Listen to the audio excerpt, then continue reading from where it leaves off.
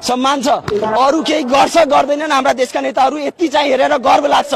नेताहरूले अरू केही पनि गरोस् नगरोस्, फेरि यो यिनीहरूको तलबको बारेमा 16 वर्षको बारेमा म आज केही भन्दिनँ। उहाँहरूले प्रोटोकल चाहिँ बाध्य छन्, माथिबाट वकिटकीमा आदेश आउँछ, ड्युटी राम्रो भयो कि भएन भने फेरि केही बोल्यो कि विभागीय कारबाही, यो विषयहरूमा आज म भन्दिनँ। तर सम्माननीय प्रधानमन्त्रीज्यू, एउटा सामान्य सञ्चारकर्मीको रूपमा म आज प्रश्न गर्न चाहन्छु।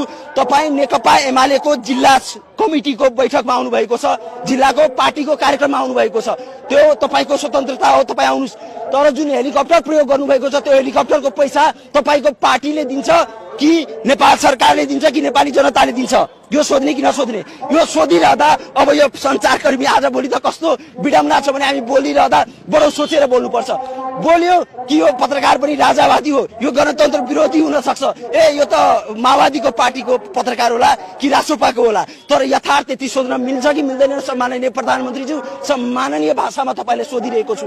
आज जनतालाई बताइदिनुहोस्, यो भिडियो हेर्दै हुनुहुन्छ भने तपाईँलाई अनुरोध छ, जनताले बताइदिनुहोस् त्यो हेलिकप्टरको पैसा तपाईको पार्टीले दिने हो कि तपाईको व्यक्तिगत तलबको पैसा हो कि नेपाली जनताको कि नेपाल सरकारको पैसा हो? किनभने आज निदान त तपाईँ आफ्नो पार्टीको कार्यक्रममा आउनु भएको छ। देशको अवस्था हेर्नु भने शिक्षक आन्दोलित छन्, चिकित्सक आन्दोलित छन्, कुलमानको समर्थक